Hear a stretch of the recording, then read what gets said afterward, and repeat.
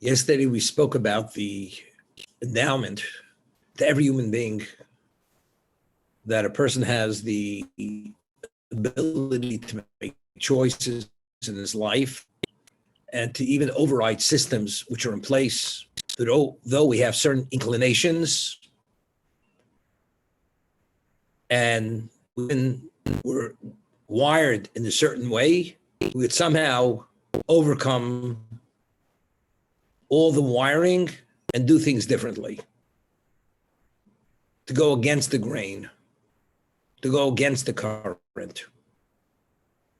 So whatever the current is, a person has the ability to go against the current. Is it always true? It's not always true.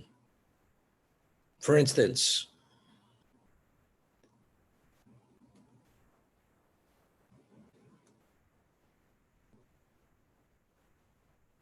God will not present you with a challenge if it's beyond your ability.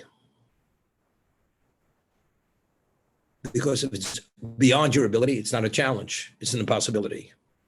So everyone has to know any challenge in life which you're presented with, if you believe in God and God is equitable, and you believe in the 13 tenets of Jewish faith, which is one of them is reward and punishment, God cannot hold you culpable, accountable for something that's beyond your ability. So therefore, whatever we're presented with anything, we have to understand the reason why we are presented with it, because we have the ability to contend whatever that challenge may be. However, what about if a person creates his own setting for the challenge? For instance, a person chooses and he makes a choice. He's offered a position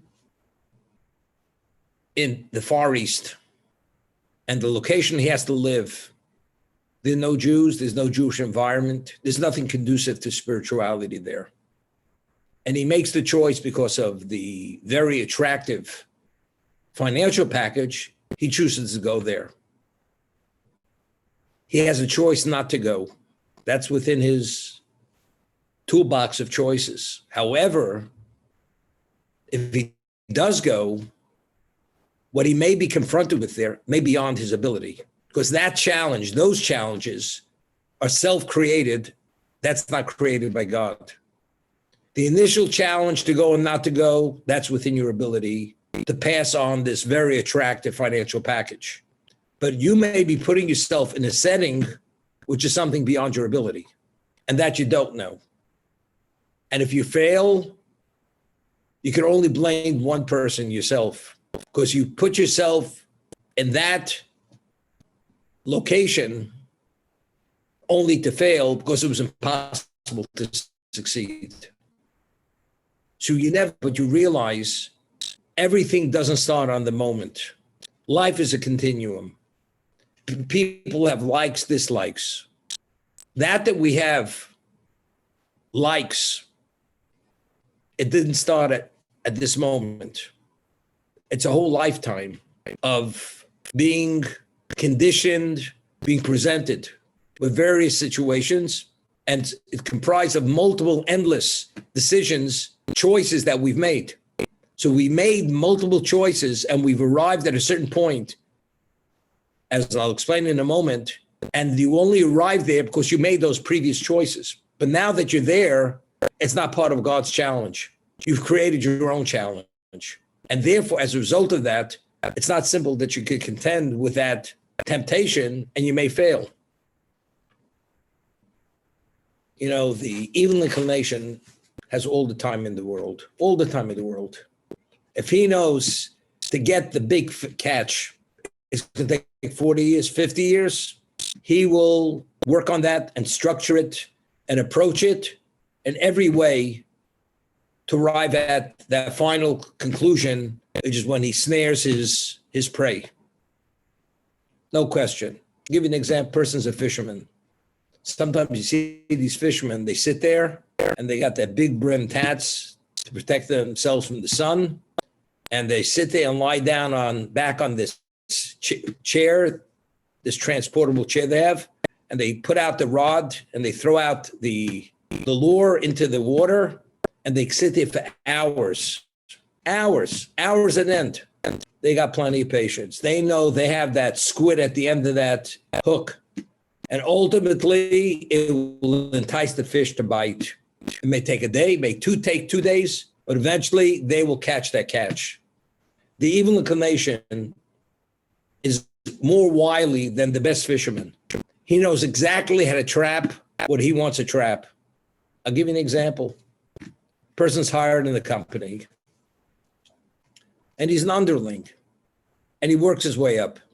And the company, you have men and women work there. You have single women, married women, and at one time, because he's not yet an executive, he hasn't worked his way up to that certain position to have relationships or even to speak to the top executives.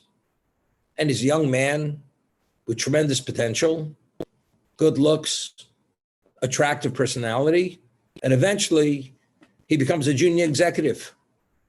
And he has to take out clients, and he has to stay late in the office. And this is 7 years into working for this company, for this firm. He's got bonuses. He's already created a reputation for himself, that he's working his way up very quickly. And all of a sudden, he catches the eye of someone, somebody catches his eye. And they said, why don't we go out for dinner? This is 8 years into the job. And eventually, what happens? They break up. No interest. But somebody else does have an interest. And it goes, but ultimately, he may meet someone there and may make a mistake and go beyond the point, which is inappropriate. Whether she's a married woman, whatever it may be. But it took him 8, 9, 10 years to arrive at the point where he's going off the 130th floor right out the window. How did he arrive there? You don't understand. If he would have chosen not to go to this firm, to go to another kind of firm which is less alluring, where maybe they have a separation of men and women, or they have a different type of work structure, interaction. There's no socialization. This could have never happened. But because he had this opportunity, which ultimately he knows this potentially can make executive, senior vice president by the age of 28, bonus and plus, that's where he's going. But he doesn't see the forest from the trees. He doesn't see the mines in the minefield. And he goes there without realizing that they're endless mines. And in a moment, he could destroy his life to a point of no return. And as much as he regrets it, he can never correct how he may actually destroy his life. But you realize the evil inclination could wait 40, 50, 60 years. As long as before checkout time, he has you snared, he will wait that time. And even if he fails one time, people have short memories. He can make it alluring enough that you want to go there again. There's an expression, every man has his price. But you understand, the evil inclination could turn on his charm, which is beyond your capacity to deal with it. But God doesn't allow him to turn on the charm because he can't bring you to a point which is beyond your ability. But that's only if he's the one who's trying to ensnare you. But what about if you jumped into the hot bath? It was your choice. You jump into the hot bath, you get scolded. You walk into the fire, you get burnt. But that's what life's all about. So sometimes they say, it's not fair. It's very fair. Because you should know when you don't create the challenge, and God creates the challenge for you, and you're able to meet that challenge, the value of the success has phenomenal value. But that's what it's all about. That's what life's all about. What is the basis for advancement or correction? Recognizing where you failed, and because you recognize where you failed, you understand how to do better because you appreciate the degree of failing. And therefore, sometimes a mistake is invaluable. Sometimes losing money has greater value than making money because you can make money and all of a sudden you make one mistake, you lose it all. But if you lose at the beginning of your career and you understand the pitfalls of finance, you take those precautions and you mentor and you go to areas to attain an expertise to be able to deal with all those issues that you don't have the blind spots that other people have. But you have to be smart for that. And that's what you call sage wisdom. Sage wisdom is not a person. He agonizes over the mistake, but rather, if you can't correct it, learn from it. You should always correct it, but learn from it because everything is a learning experience.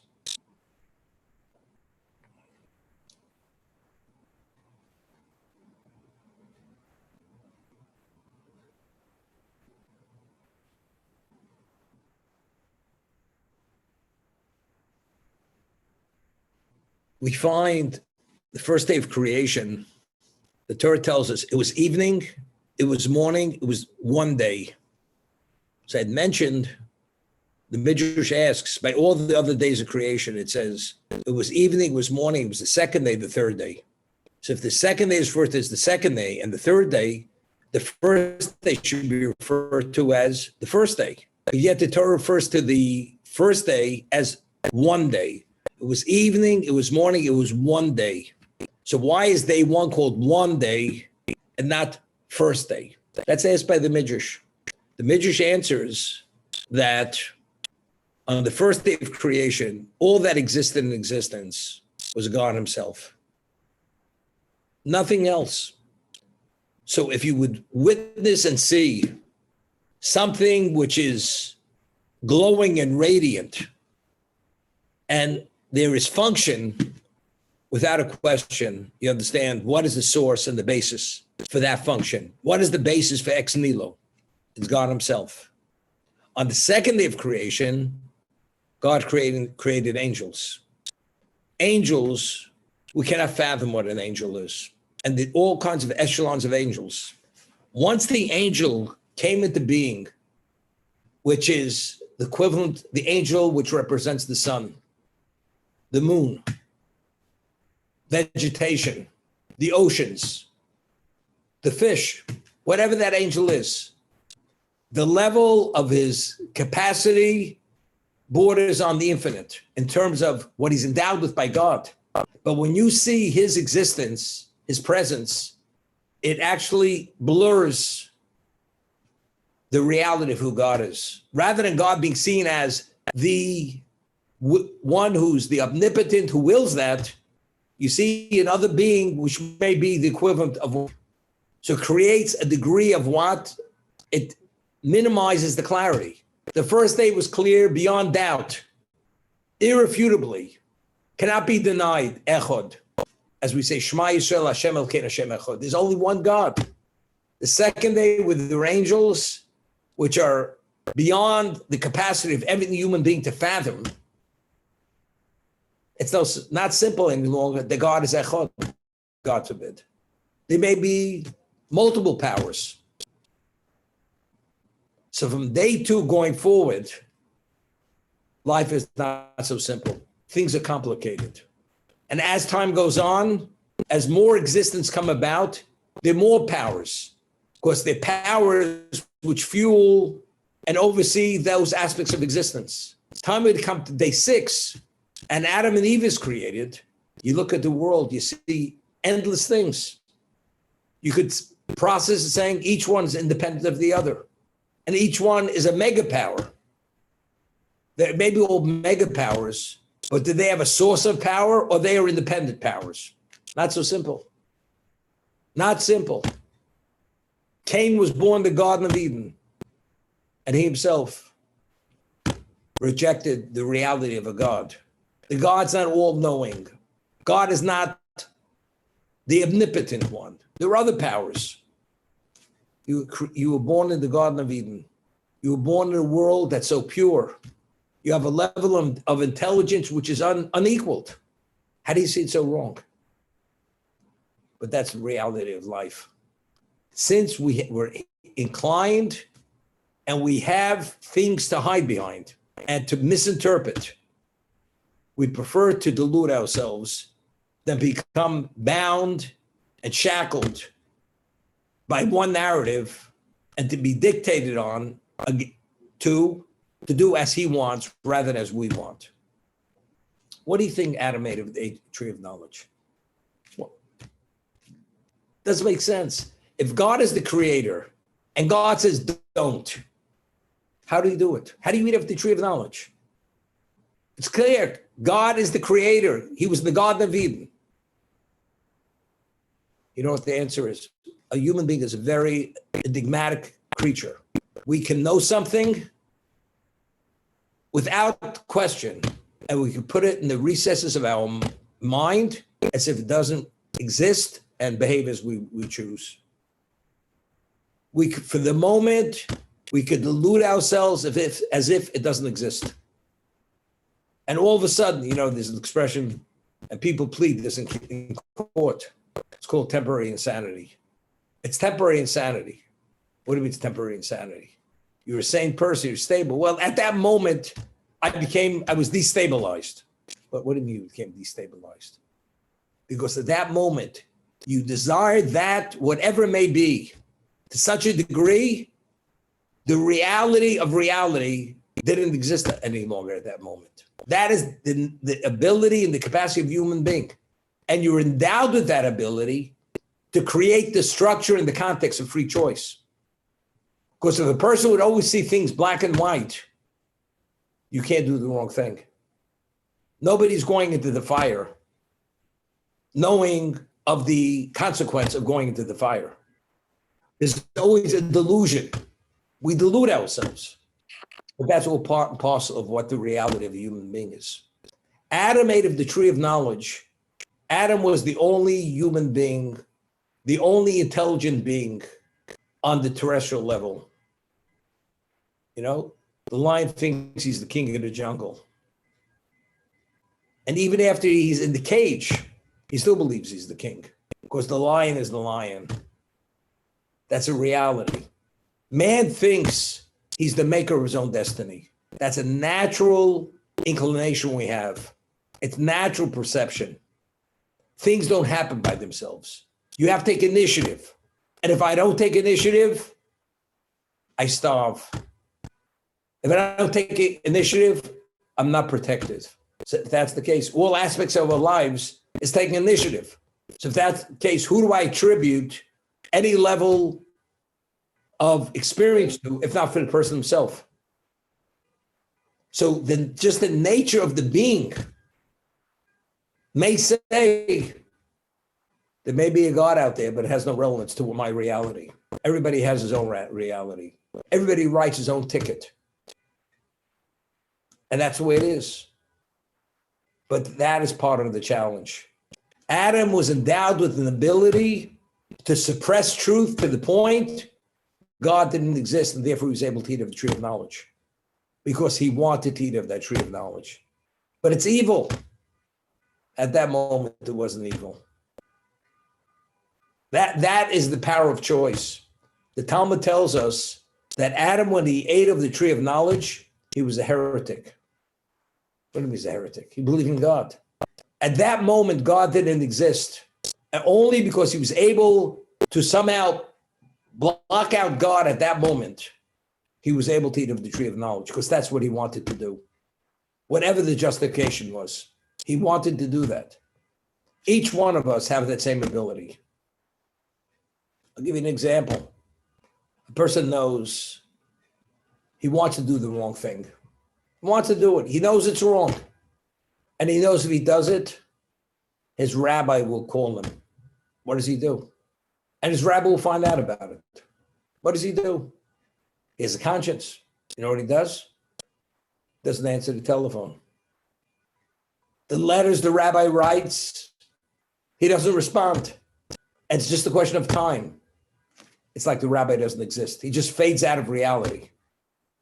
But you know what's wrong? You know the rabbi's right. I know he's right, but this is how the but always gets involved. But this, but that. We have the ability to suppress something to the point as if it doesn't exist. There was a case many years ago. There was a woman, she became my student about 36 years ago. She came from one of the wealthiest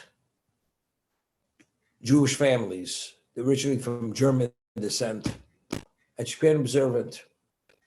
And when she was married on her grandfather's estate in Connecticut. And I was there.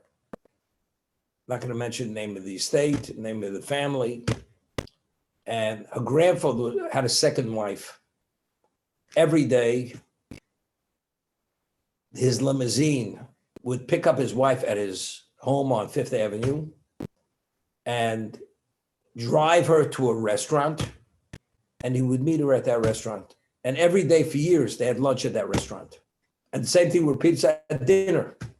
They go to another restaurant, they have dinner, and then they go out to a show. Every day, it was another similar type of schedule. He passed away, and she was left a widow. She was a woman then, maybe about 70 years old. She was left a very wealthy widow. So she called up the chauffeur and says, "Are you picking me up at whatever hour to go to the restaurant, to go out to eat with my husband?" She said, and the woman was not senile. She was not suffering from dementia. He says, "Mrs. whatever her name was, don't you realize your husband's deceased 2 months? That going to the restaurant with your husband, you want to go to the restaurant? I'm happy to pick you up. But to go out to eat with your husband in a restaurant, it's not going to be longer because he's no longer alive." She couldn't accept the reality that she can't be with her husband to dine every day. You understand? We're talking about a sane, stable woman, a woman that's not medicated. To accept reality as fact, where it disrupts your life and it brings about a level of pain, which is intolerable, a person has the ability to suppress that reality and somehow delude yourself that the man is still alive. I don't believe it. Like some people say, there's an expression, it's a bad dream. I hope it's a bad dream. It's not a bad dream, it's reality. But people in their lives, they live it as if it's a bad dream, and therefore they go on living their lives as if it never happened. That's part of the mindset, the way God created the human mind, that we're able to survive and justify and make choices, although the choice is not in our best interest. And that's part of the challenge, to overcome that. You know, you could write a psychiatric thesis on this, to get a doctorate in psychiatry and clinical psychology in terms of how complicated and enigmatic the human brain is, and together with the emotion. But that's a reality. But all that complication is all part of the equation and the context of choice. Because without all these very complicated, enigmatic personality, when we say a person has personality disorder, I'll tell you, there was a story a few years ago. Rav Steinman was the leading Torah sage in his time. He lived till the age of 104. And I had a very close relation with him. The man was brilliant. And the man saw things. He had sage wisdom. Everything that came out of his mouth was sage wisdom. And he saw things exactly as they could be seen. And he was down to earth, as you can imagine. Although he was a devout tzaddik, and he was meticulous in his service of God, but when he came to deal with reality, he was in touch with reality. So there was a great Kabbalist who lived in a certain community, and a person comes in for a private audience. And of course, they let him in, looked like a religious man. He was a Sephardic man.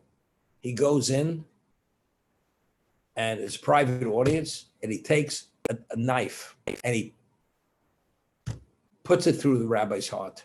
He kills the rabbi. Story, this is maybe 5 years ago. It happened in Ashdod. One of the Abu Chatzeros, he killed him. He murdered him. So, and he walked out, Nothing. He walks out. He thinks the audience is over. He disappears. They go in and they find the rabbi murdered by this person.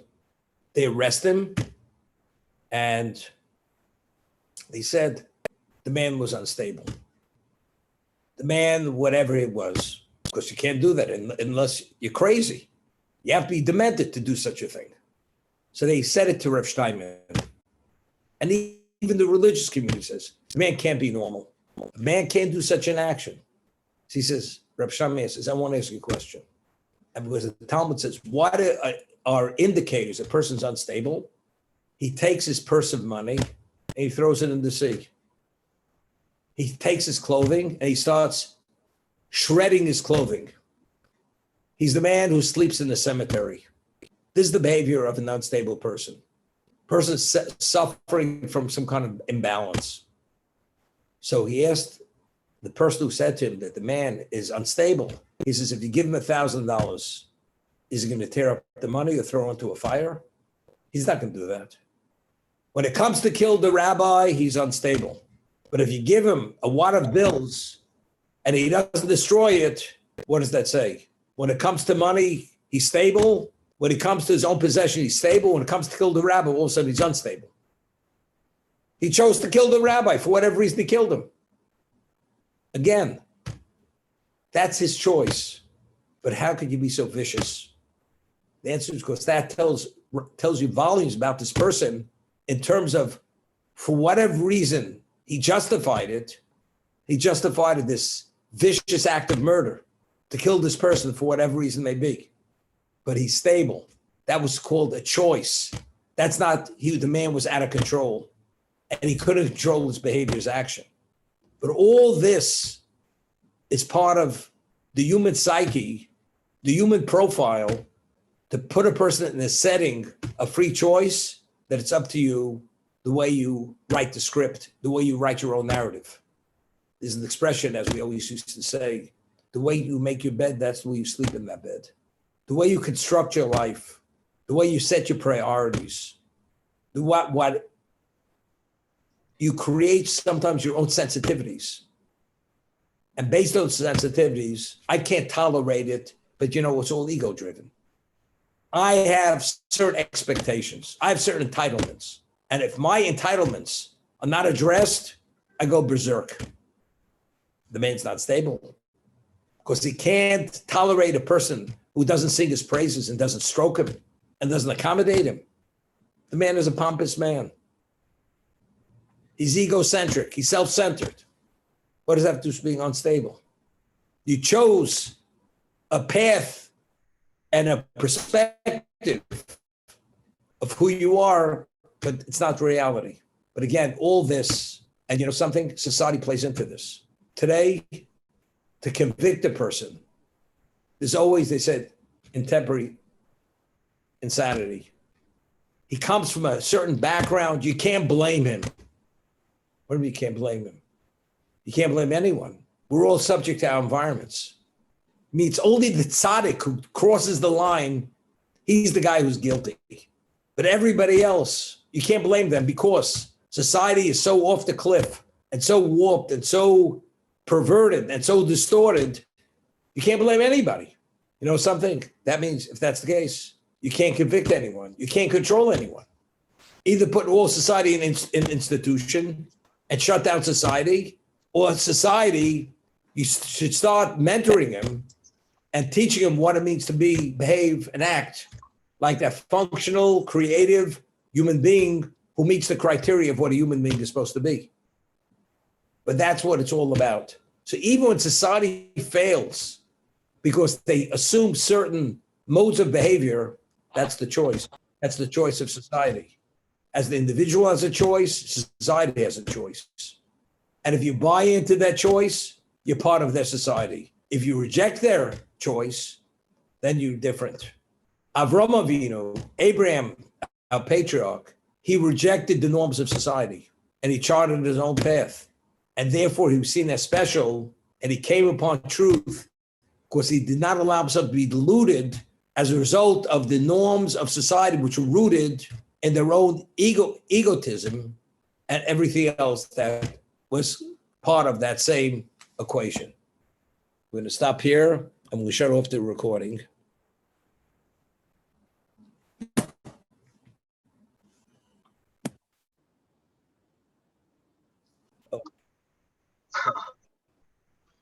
All right. Just to give you some background on this week's reading, the reading of Vayera, in the previous portion, God says to Avram that the land of Canaan will be yours, your children, your progeny till the end of time. So Avram says to God, what's its value? I have no heir. I have no child to be my successor. So Avram says, no, you will have a child. And the child will be the equivalent of the stars of heaven, will be like the dust on the earth. Just as you cannot count the dust of the earth, your children will not be able to be counted. That's how numerous they're going to be. And he says to him, go out of your tent and look at heaven. Look at the heaven. At the heavens, just as you can't count the stars of the heavens, your children will not be able to be counted. So the Midrash tells us Avram was an expert astrologer. And he read the stars very well. And in the zodiac, he had read in the stars that Avram will not ever father a child. And Sarai, which was his wife's name, will never be a mother of a child. So he says to God, so if that's the case, if it's etched in stone that I'm not going to have a child, how could you tell me I'm going to have a child? So God says to Avram, ignore the astrology. Avram will not have a child, but when I will add a hey to your name, then you'll be capable of fathering a child. And when I add a hey to Sarah's name, her name is Sarai, Sarah will have a child. That's what God says to him. Thank you. You want one, Paul? No, I have one ready. I don't know. I'll have one later. Is that what you said? Oh, thank you.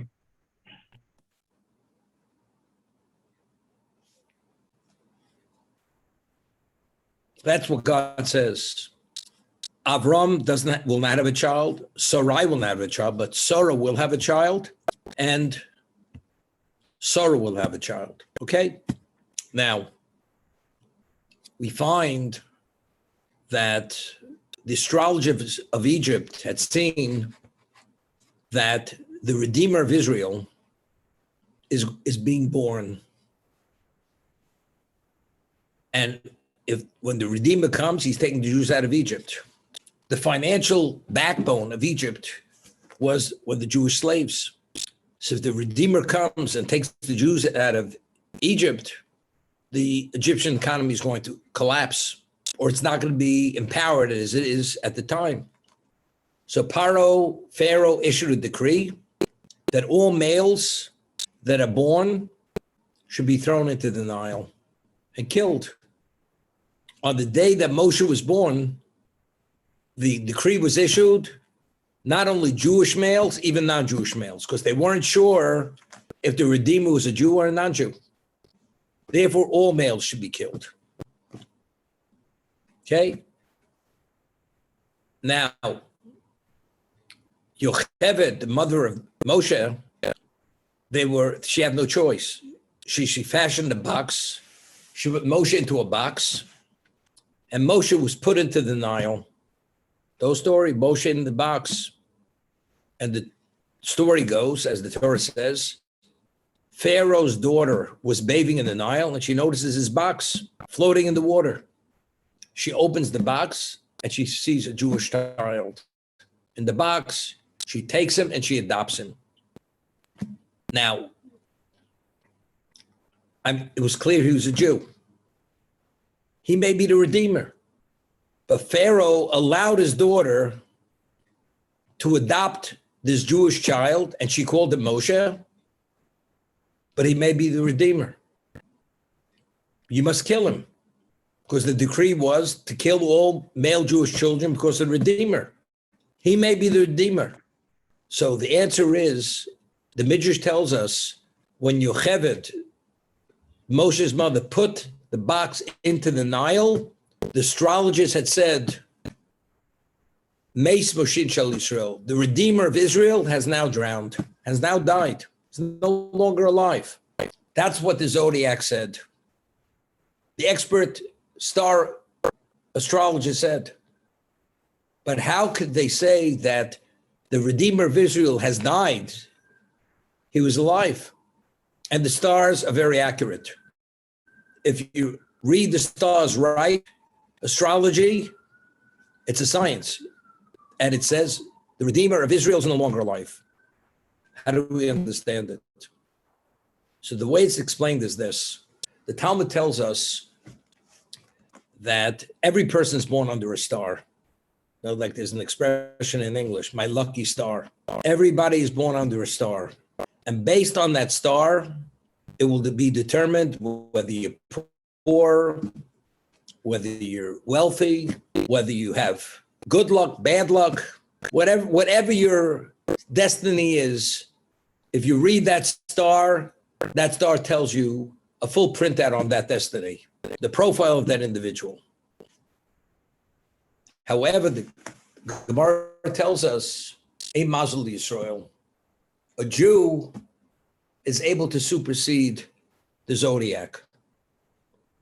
You are under a star, but it could be changed through enormous merit or great degree of supplication.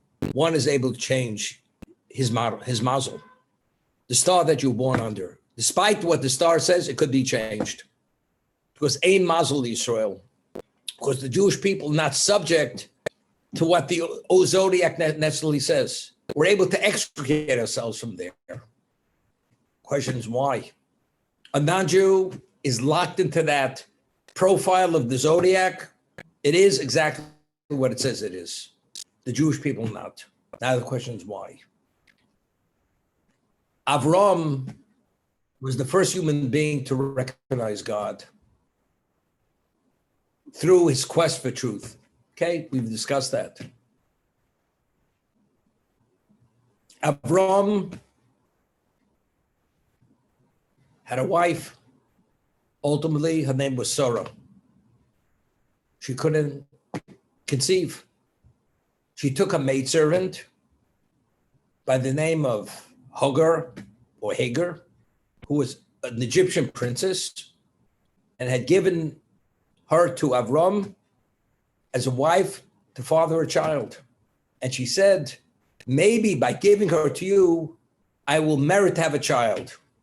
How? By giving Hagar, a maidservant to Avram. How does this somehow enable her to have a child? How does that happen? Sarah Imenu, Sarah, our matriarch, she believed that the reason why she wasn't worthy to conceive, or she wasn't worthy of a miracle, is because she has some level of shortcoming, deficiency in her spirituality, and as a result of that, she's not worthy. By giving a maidservant to her husband, which is a subjugation and it's an ego deflator, to share your husband with another man, especially a maidservant, that expression of humility maybe will somehow shed light exactly where she's failed. Because, people don't recognize their shortcomings because of who they believe they are. So by being more humble, by humbling herself, she thought maybe she'll see where those little nicks may be, and she could actually smoothen them out. She's able to rehabilitate herself. And through that rehabilitation, she'll merit the miracle to have a child. She did it. It didn't work. Didn't work. And she realized, evidently, it's not destined she should have a child. She gave up. But she didn't realize. She didn't realize the reason why she wasn't qualified to have a child had nothing to do with her. Who are the Jewish people? The Jewish people are an eternal people. We are eternal. As we mentioned, originally Adam, when he was created, put in the Garden of Eden, he was meant to be the eternal person. He was disenfranchised because he ingested the fruit that he was not permitted to eat because of the evil that was contained in that fruit. The Jewish people developed and became what Adam was meant to be. After the sin of the tree of knowledge, the world was no longer the same world. It was no longer the world which had an unlimited capacity to be part of eternity. When Avram came on the scene and he recognized God despite the vacuum that existed at the time, he assumed the level of spirituality that he became the founding father of the Jewish people. He's the founding patriarch of the Jewish people in potential. But when does he cross the bridge to be there, that he assumes the profile of a spiritual being? When he has the hey headed to his name, when he became Avraham. Why? Why? Because when he became Avraham? When God says your name will no longer be Abraham, it's going to be Abraham. It was the same time he was circumcised. He gave him the commandment of circumcision for himself and his progeny. And he said, now that you're becoming circumcised, you will no longer be Avram, you will be Avraham, Abraham. What does the name change? What does the name change? Put a new label on him. New identification. Change of identity. Is that what it's about? Or it's much more profound than that, much more than that. We read at the beginning of creation, after creation was created, the Torah tells us, Bihi Baram. The word of Bihi Bara means, and when he created them. If you conjugate the letters of Bihi Baram, it spells the word Avraham. The spelling of when he created them are the same letters as Avraham. So the Midrash tells us that Avram himself was the beginning of a new creation. Meaning, just as the initial creation was ex nihilo, to come about as it came about, when Avram achieved the level, when he had the hey added to his name, he became a new creation. He was no longer part of that original creation. His physicality was part of creation, but his dimension of spirituality was not part of the original creation. He's a new creation. He's the beginning of a new existence. And this happened when he was circumcised and he had the hey added to his name. Why? I mentioned many times the Zohar. Zohar is the basis for all Kabbalistic concepts and understandings. That Adam, when he was created without a foreskin. When he ate of the tree of knowledge and he ingested something which is called evil, he grew the foreskin. This foreskin is a covering. And it's on the male organ, which is the reproductive organ. That means every human being born to existence is touched by that concealment. The foreskin covers the organ. It's a covering. It's a concealment. It brings a lack of clarity. Every human being is tainted with the impurity of the tree of knowledge. Avram, at the age of 99, was able to achieve within himself, despite that impurity, a level of belief and attachment to God and sacrifice for God. God says, now you're ready to remove that. And by removing that covering, you will minimize the effect of the evil of the tree of knowledge. And you become a new being. And now you have become Avraham. And this is Bihi Baram. And when when he created them of the letters of Avram. So what does this mean? So it's an unbelievable midrash. There's a verse in Tehillim, in Psalms, when David Mel says, we know that one of the names of God, unpronounceable names, is Yud K. Yud K. We don't say it's Ko, you pronounce it, it's Ko. So David says, B'ko Hashem tzur olamim. With the letters Yud and Hey, God created the worlds. The spirituality which lies in the letter Yud, and the spirituality which lies in the letter Hey, the worlds were created. Well, which worlds? So the Midrash says, it's the Talmud says this, that the world to come, which is all spiritual, was created with the spirituality of the letter Yud. And the physical world was created with the spirituality which exists in the letter Hey. That's what David means through the Ka, through the letters Yud, Hey, God created the worlds, the physical world and the spiritual world. If not for the spirituality of the letter Hey, existence wouldn't exist. God utilized that to create to bring back ex nihilo.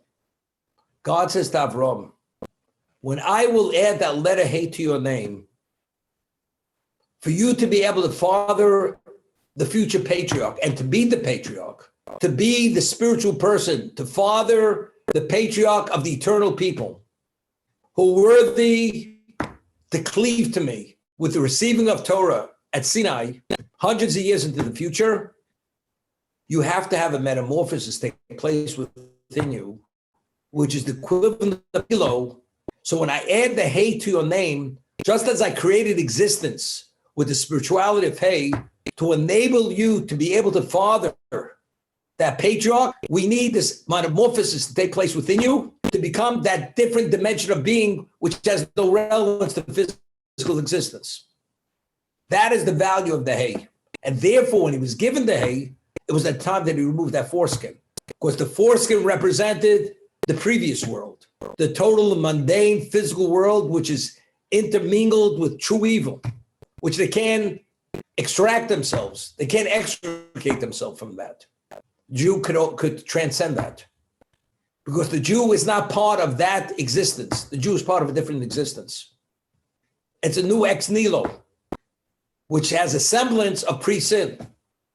Therefore, the Jew himself was able to advance to a level to be worthy to be taken as the chosen people, to accept the Torah, to address the objective of creation, which is for the sake of Torah, which only the Jewish people have that capacity to live within that narrative of the 613 mitzvos.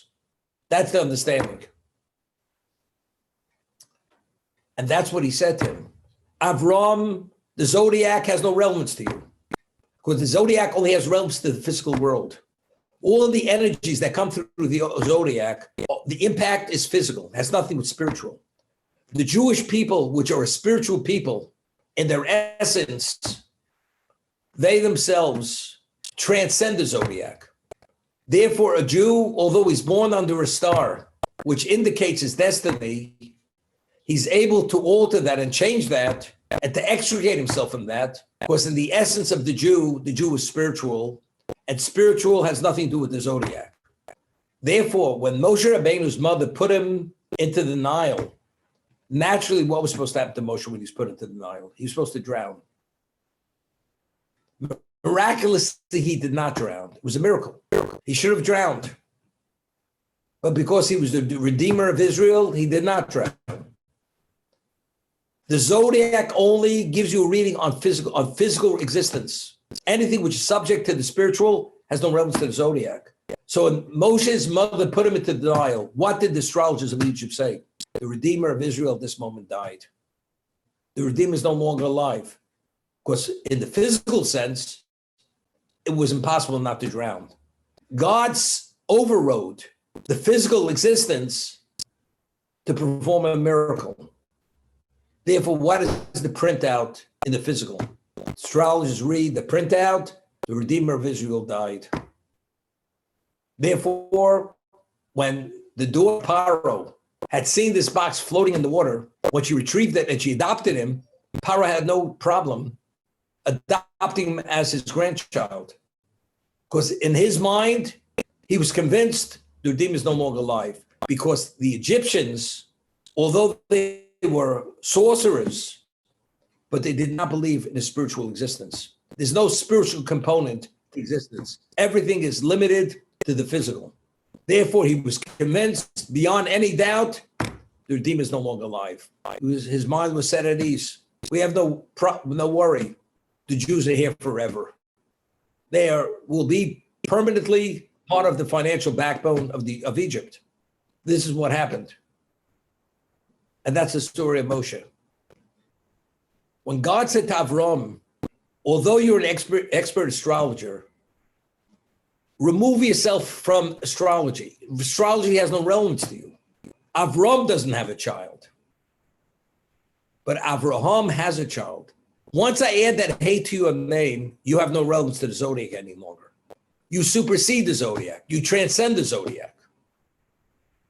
And that's why you could have a child, and your wife, Sarah Menu, Sarah the matriarch, which also she had the hey added to her name, she becomes a different being. So between the two of you, now you're qualified to be the father of the mother of the future patriarch, Yitzchak, who was the second patriarch for that reason. So initially what Sarah faulted herself for, that it was her shortcoming, her spiritual deficiency, which did not allow her to be the matriarch, it wasn't the case. Neither of them were qualified because they were part of physical existence. Once their hey was added to both of the names, it was a new creation. There was a new transformation, not in the physical sense, but in the reality of who they were. Now we're ready to launch the Jewish people who are a spiritual entity. That's the understanding. So we're not speaking about putting another label on them, but rather the essence and the reality is reverting back to pre-sin. That's who Abraham, Avram, and Sarah were, due to the hey added to the names.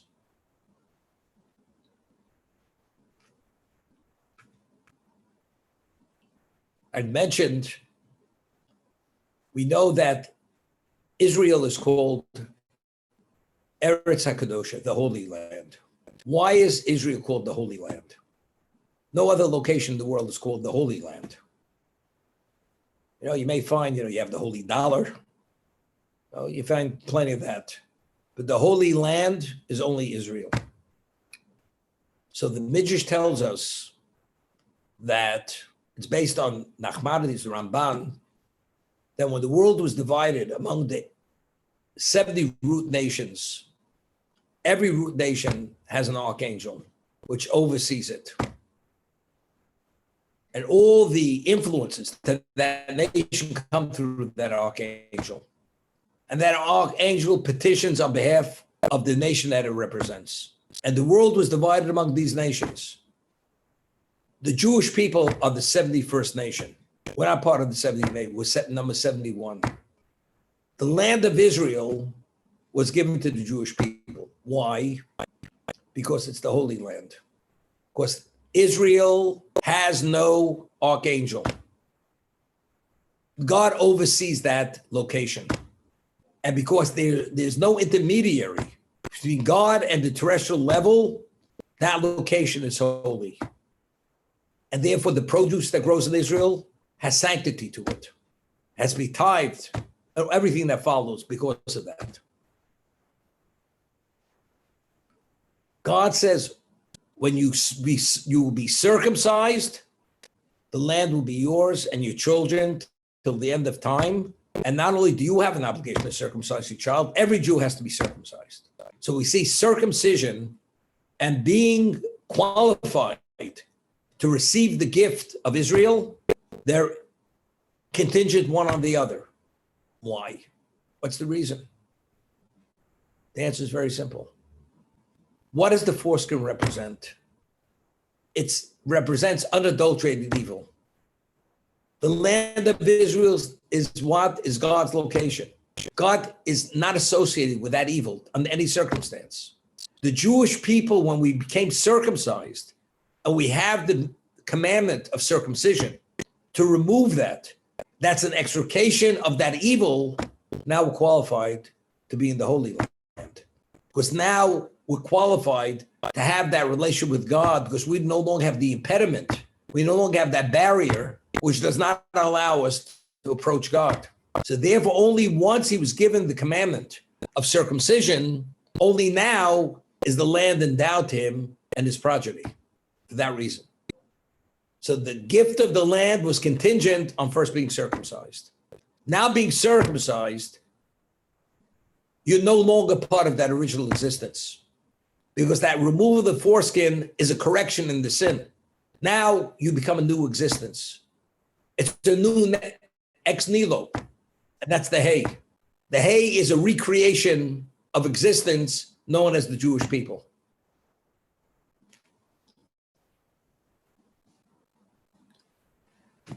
It's interesting to note, and this the Ramchal speaks about, all the nations of the world are permitted to intermarry. A Jew is not permitted to marry anybody from outside of the Jewish people unless they converted to be a Jew. Question is why?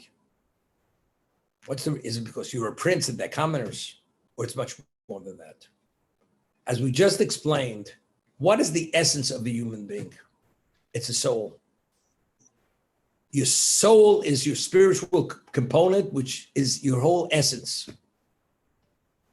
It functions through the body. Its applications are through the body facilitates the soul.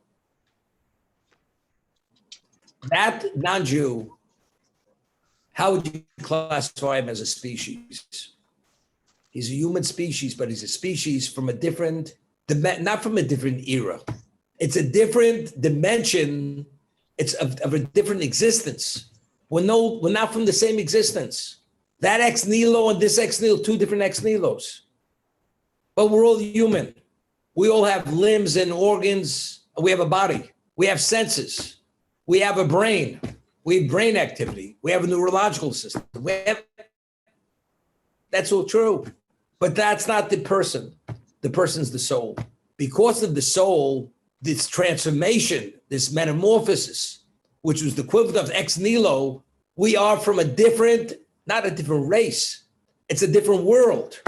So since we're from different, with worlds apart, and when I say worlds apart, we can't even explain what that means because we can't fathom what that means. Therefore, the Jew is not permitted to marry the non-Jew or vice versa. It's for this reason. It's not elitism. It's not elitism. It's just the reality of who we are. Now, there's a siddur that was written, which was authored by a great Torah sage who lived in the 18th century. His name was Rabbi Yaakov Emden. He published a siddur with a commentary. And he writes in the introduction of that siddur that although today we no longer experience revealed miracles, such as the 10 plagues, the splitting of the sea, well, Hanukkah was a revealed miracle. There were many miracles, but there's one miracle which persists until the end of time. And that is the existence of a Jewish people. There's no people in the history of this existence that have been through what the Jewish people have experienced. The upheavals, the Holocaust, the destructions, the discrimination. Nobody, nothing comparable to it. And all those nations, where are they? They're in the dustbins of history. The Jewish people, we have some kind of resiliency. We may be minimized to a very small number. Within a short time, we recover. And almost the wounds of these painful Holocausts are no longer felt. How does it work? How does it happen? That's number one. The Jewish people, as secular as you may be, as acculturated as you may be, the Jewish people are known as a religion. It's a religion. Judaism is a religion. And if you're a Jew, you're somehow connected to that religion, regardless of your beliefs, regardless of your affiliation. The book of the Jew is the Torah, is the Bible. That's the Jew. Why? And the Jews who live by that, ultimately, that's the core. We continue. The other ones assimilate, they disappear from the face of the map. They're no longer in existence. They assimilate. So what is the root and the secret for eternity and spiritual survival and physical survival? To continuously nurture our spiritual essence, which is our soul. And how does the Jew nurture and sustain and infuse that soul to be part of eternity? By living by the dictates of the Torah itself, which has no relevance to the non-Jew. That's why we're eternal. We're eternal because we're not subject to the consequences of what the world is. Of course, God forbid, a person takes the life of a non-Jew as he takes life of a non-Jew, it's all the same. But in terms of representation, that we exist on this planet, if the objective of existence is the Jewish people and the fulfillment of the Torah, and there is a God, nobody could snuff that out. You may be able to minimize it, but snuff it out is impossible, because if you snuff that out, the world comes to an end. Because the world only has value with that objective. If that objective cannot be met under any circumstance, God ends it. He ceases to will existence. But it's only because, so what is a persistent revealed miracle? Rabbi Yaakov Emden writes, that we exist as a Jewish people, despite all our turmoils and all our most extreme negative experiences, that is the greatest miracle. There's no miracle which is equivalent to that. But why? Because Avram, when he had the hay added to his name, he's not part of the creation, the initial creation. He is a new creation. He's Behi Boram. He is the equivalent of all creation for that reason. Now, if you look at the letter of Behi Boram, the hay is written smaller than the other letters. Why? The first word in the third book of the Torah, known as Vayikra, Leviticus, the Aleph of Vayikra, says Vayikra of Moshe, God called to Moshe. The letter Aleph is written very small. The other letters are written in large size. Why? So the Midrash says regarding Moshe Rabbeinu that when a Jew prophesizes, he prophesies differently than a non-Jewish prophet. By the non-Jewish prophet, it says Vayikor. It's only like happenstance. Vayikra is something which is considered significant and substantial. It's a very significant communication. God wanted to write the Aleph of equal sized letters to the other letters of that same word. But Moshe Rabbeinu says to God, Moshe was the most humble man who ever walked the face of the earth. He says, God, I prefer you don't. Omit the Aleph. Omit it. Because I am unworthy of everything. God says, but reality is I can't. But I'll work out a compromise. You know what we'll do? We'll write the Aleph smaller than the other letters to indicate your level of humility. You wanted to escape this acknowledgement? God says, but we can't. So to make it blatantly clear, the Aleph is of a large size, it's minimized, which only indicates his level of humility. Why was Avram able to recognize his maker, which no one else was able to recognize his maker? So we explained it was rooted in Avram's humility, because he felt unentitled. So paying the debt of gratitude, acknowledging the master, is not contradictory to who he is. I'm entitled to nothing.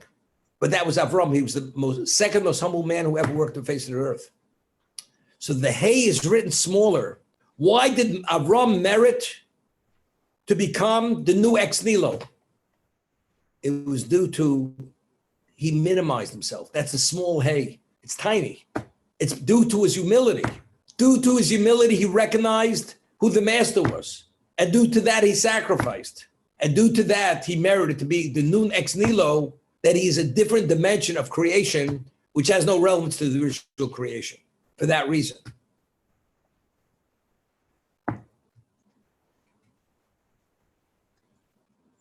And that's the circumcision. The circumcision, because he achieved this within himself, and you no longer have relevance to that, therefore we remove the foreskin.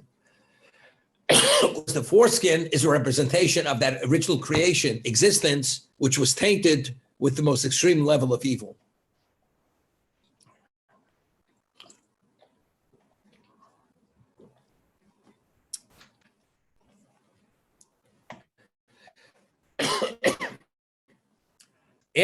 At Sinai, we read, God's presence descended onto Mount Sinai. From beginning of existence until that moment, at that dimension of level, God's presence was not in this world. As it says, when he descended, the world quaked. The physical world didn't have the capacity to contain or tolerate God's presence. After the given Torah, his divine presence ascended. What happens? 40 days later, the Jews are involved with idolatry. We become disenfranchised. Moshe supplicates Hashem over a 120-day period. We receive a second set of tablets, luchos, 10 commandments. And God says, for us to reestablish a relationship, you must build the Mishkan. That will be the medium through which I will dwell in your midst. That means God, and where did the divine presence dwell? In the Holy of Holies of the Mishkan. And eventually on the Temple Mount in the Holy of Holies.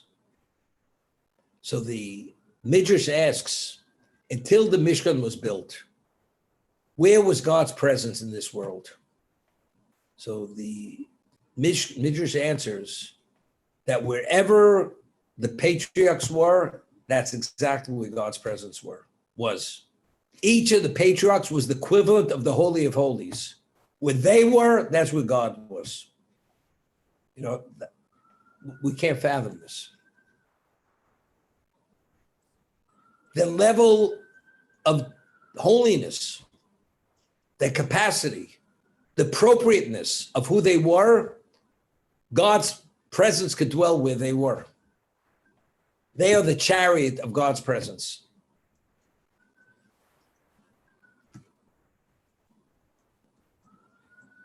This week's portion begins, Vayero Elav Hashem.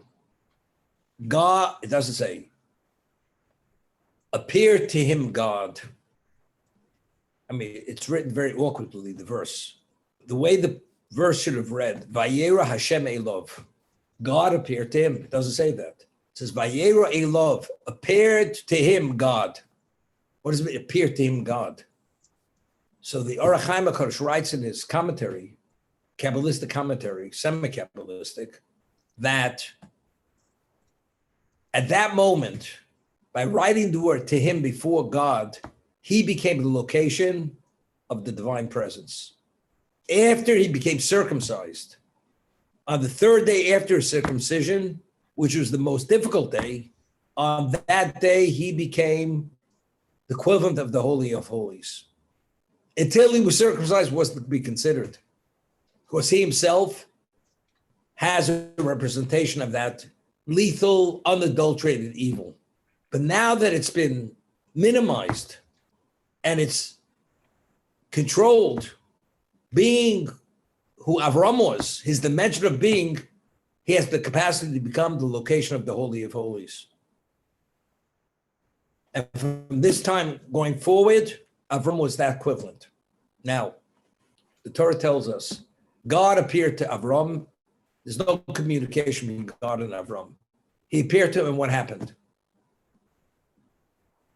So the Midrash tells you he came to pay a sick visit. A man 99 years old is circumcised. He has an infirmity. He has to recover. So God, on the third day of his circumcision, which was the most difficult day of recovery, God visits. It's a sick visit. That's why he came. Okay? Terrific. But the Torah says more than that. The Torah identifies the location where Avram was. He was Be'elome Mamre. The location which God appeared to Avram was in the plains of Mamre. Why is that piece of information superfluous? It's not relevant. You meet somebody on 47th Street or on 67th Street. Does it really make a difference? It's all the same. If the Torah is sharing a piece of information with us, evidently it has significance for us to know which location God appeared to Avram. It tells us it was in the plains of Mamre. Why is that? It's very vital, significant piece of information. So the Midrash tells us Avram had three compatriots. One was Oner, Eshkol, and Mamre. They're the ones who went to battle with him against the four kings. They watched over the weaponry and the food.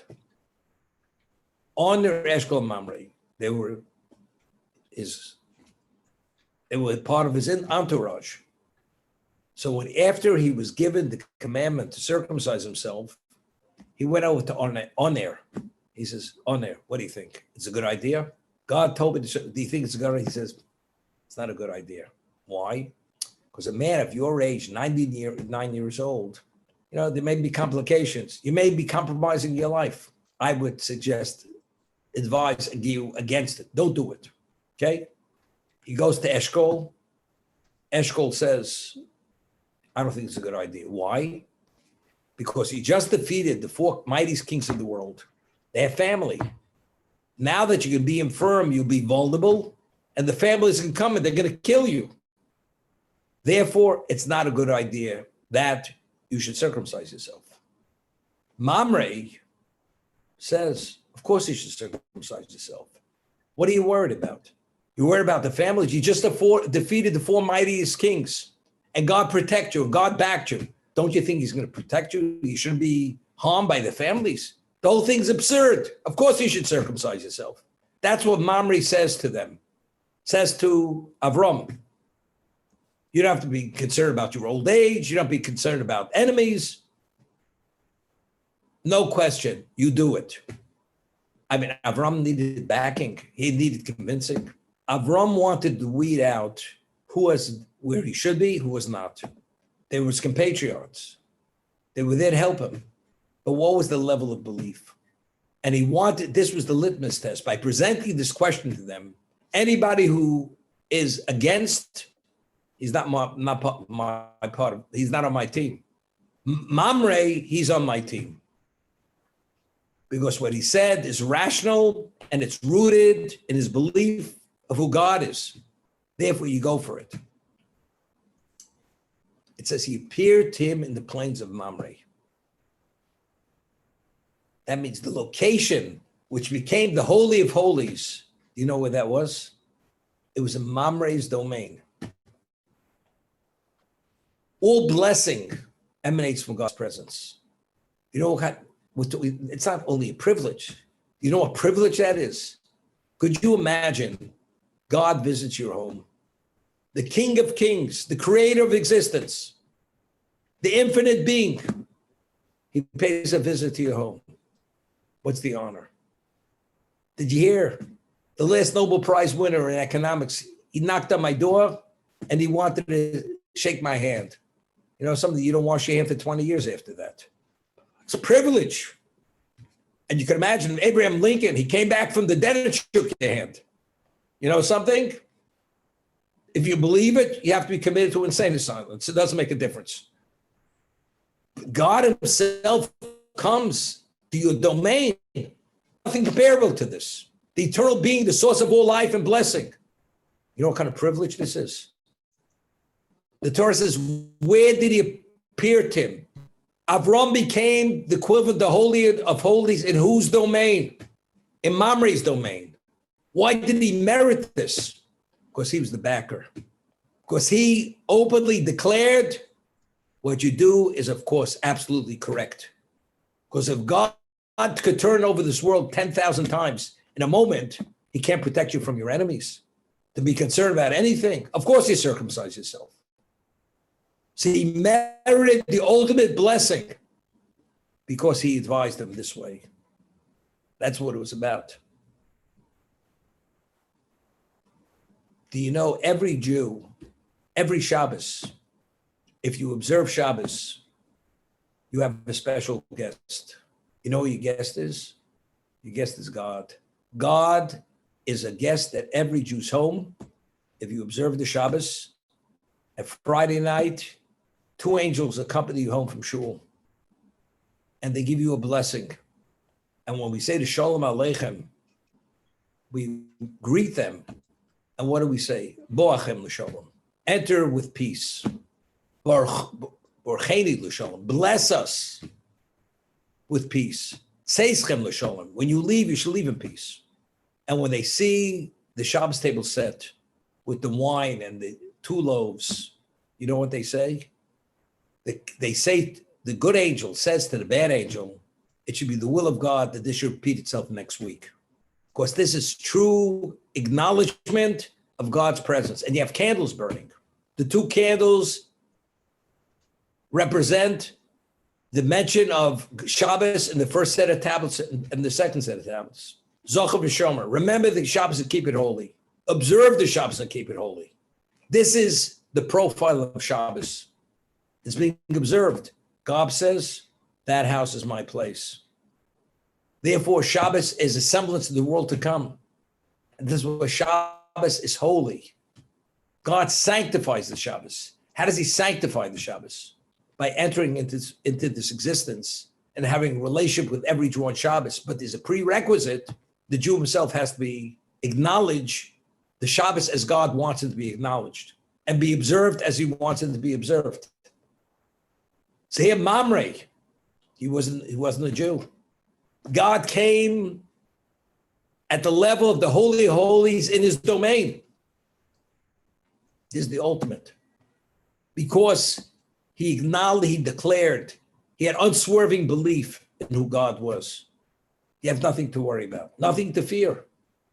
What do you think Avram took on the world single-handedly? Avram was called Avram Ho'ivri. Why was he called the Ivri? Ivri doesn't mean the Hebrew.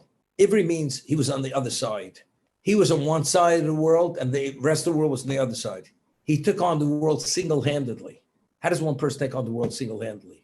He defeated the 4 kings, the mightiest kings. How does he do it? It depends who your backer is.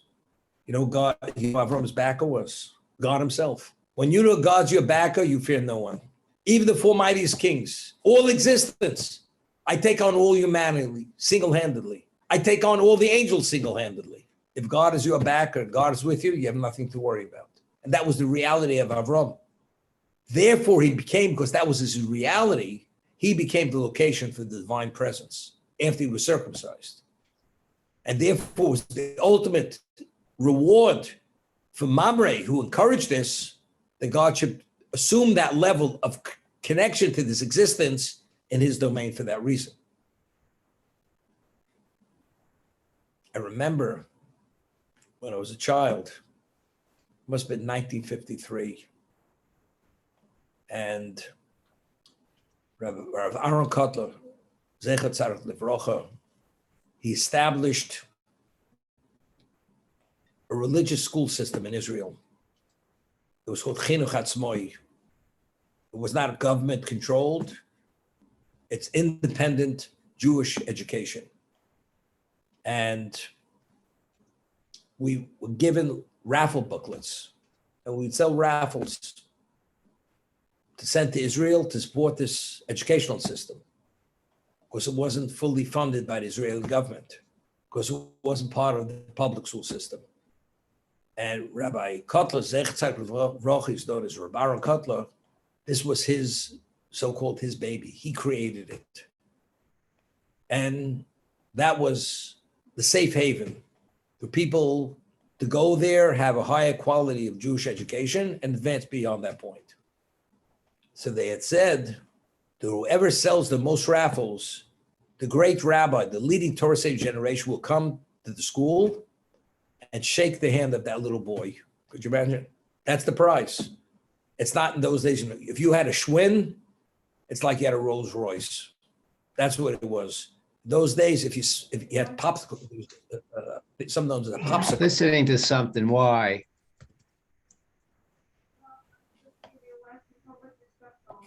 Yes.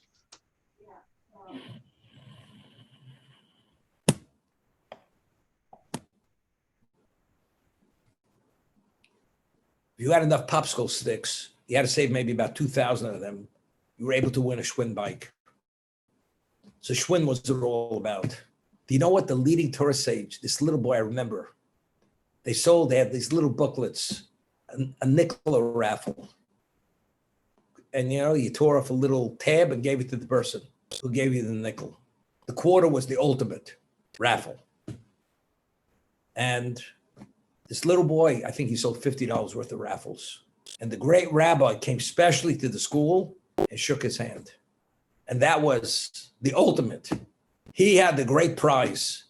The leading Torah sage shook his hand because he sold the most raffles. And this child was beaming and proud that you can't imagine. And we as little children stood around and watched this. Not with envy. Not with envy, but it was indication. So it is the leading Torah sage. Every Jew, what kind of pride should a Jew have? Who am I? What am I? But I wasn't invited to the White House. I was invited to the CIA. I was never in where the Marine headquarters are, where they train the Marines, wherever it is. I was never in Guantanamo. And therefore what? I was never in Buckingham Palace. Therefore what?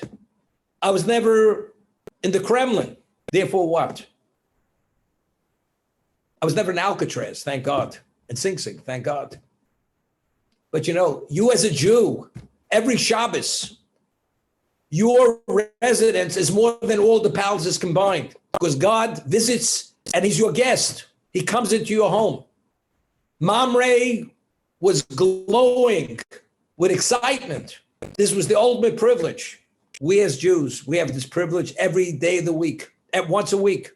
And when we study Torah, God engages with us directly. The Zohar says when you study Torah, God pays attention to your Torah lesson. And he's listening. And then not only he records it, like my lecture's being recorded, he records your dialogue between two people studying. It's all recorded for eternity. You have a stenographer, court stenographer, He was Supreme Court judge. It's his personal stenographer. They sent her or he to record with stenographer. Something. Not impressed. God sends one of his top angels who records everything every word of Torah that comes out of my mouth, that I engage with other Jews. If we would only appreciate, understand who we are, where we stand, what our status is, that we are truly, it's not a label that we're princes. We are a dimension of being, as I said before. The Jew is not permitted to marry out, not because we're elitists. The Jew is an ex nihilo of a different dimension of creation. It's not a different era. We're not from a different era. We're a different reality. We're a different world.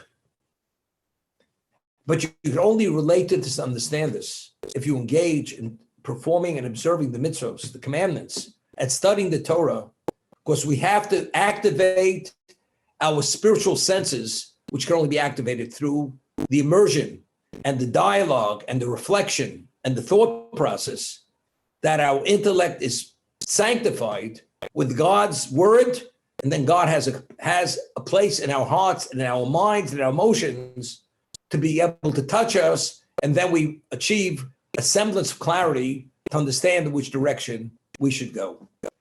We'll end it here, to be continued tomorrow.